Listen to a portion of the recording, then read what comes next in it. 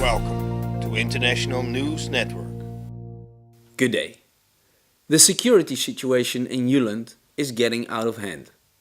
The breakdown of infrastructure has affected the supply of provisions to many cities. Local population show no confidence in the government. Men and women began to loot, looking for food and drinkable water.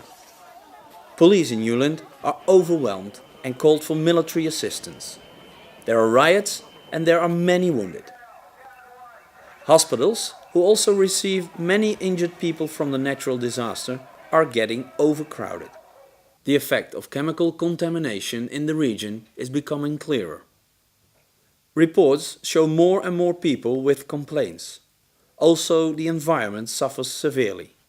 Flooded rivers coming from the mountains are causing more human tragedy.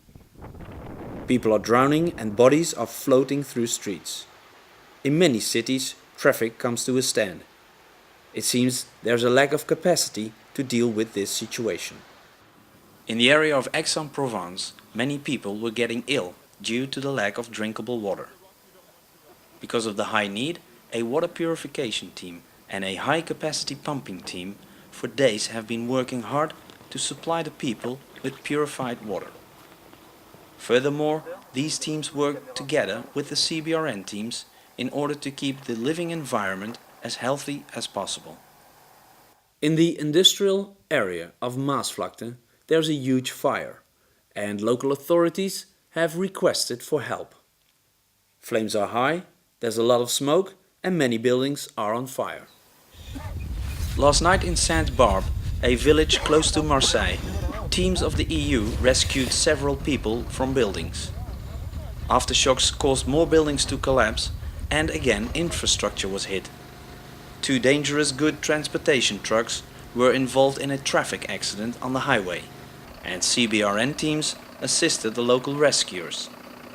During the day, these teams also worked on several locations to deal with all kinds of leaks and contamination.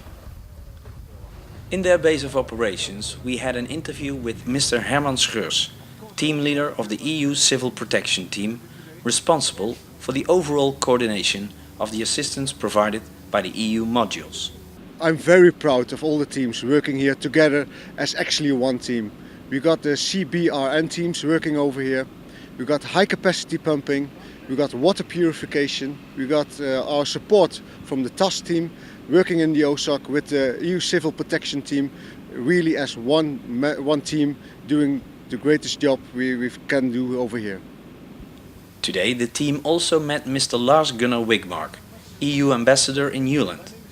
Mr. Wigmark visited the disaster area and was impressed with the efforts of the support given by the modules. They make a very, very good job, and they are very, very appreciated by all the population. It's an example for the means of the European Union to send out of its borders when a disaster happens. So far our reports from Euland. James Watson, INN.